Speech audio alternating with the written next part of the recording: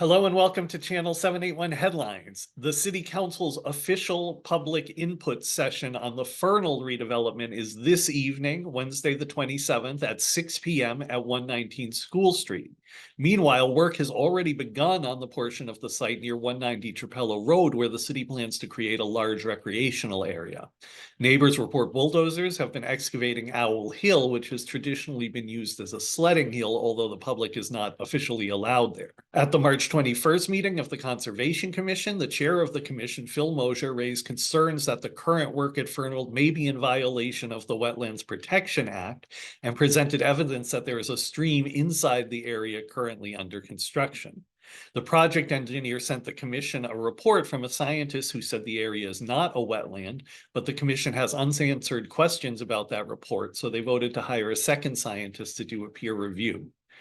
Moser also announced at this meeting that he is stepping down as chair, and the commission voted in Alex Sbordonne as the new chair. The third in a series of People's Fernald meetings took place this past Sunday and featured a presentation by Oliver Egger, the grandson of Walter Fernald, who wrote the recent Boston Globe op-ed about the handling of records at the site. Former City Councilor Darcy also gave a presentation focusing on the use of the site by the city's Consolidated Public Works Department, as well as a proposal by the Metropolitan Water Resource Authority to put a pipeline under the site and the likely impact these projects will have on neighbors.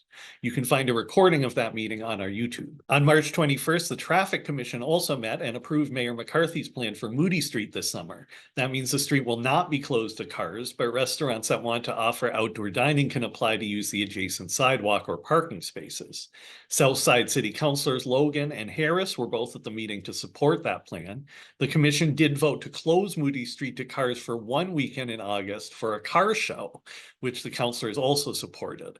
We'll discuss that more on our debrief show. Waltham was in the news this week for an incident that occurred in 2022 when a Waltham couple had their two young children taken from them in the middle of the night by an employee of the State Department of Children and Families, accompanied by a Waltham police officer.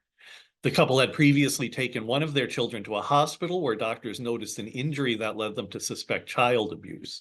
The couple say they thought that suspicion was resolved until officials showed up at 1 a.m. to take the children and were unable to show any paperwork authorizing that decision.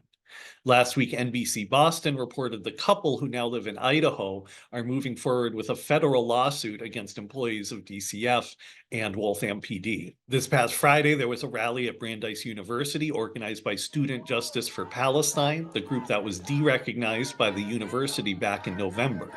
At a protest in response to that derecognition, 7 people were arrested by Brandeis police with help from Waltham police. At this week's rally, there was no visible police presence, possibly indicating a change in how the university responds to this kind of protest. Meanwhile, at Emerson College in Boston, 13 people were arrested at a pro-Palestinian protest earlier this week. We'll look forward to seeing you at the Fernald meeting this evening, and we'll be posting a debrief show later this week, so stay tuned.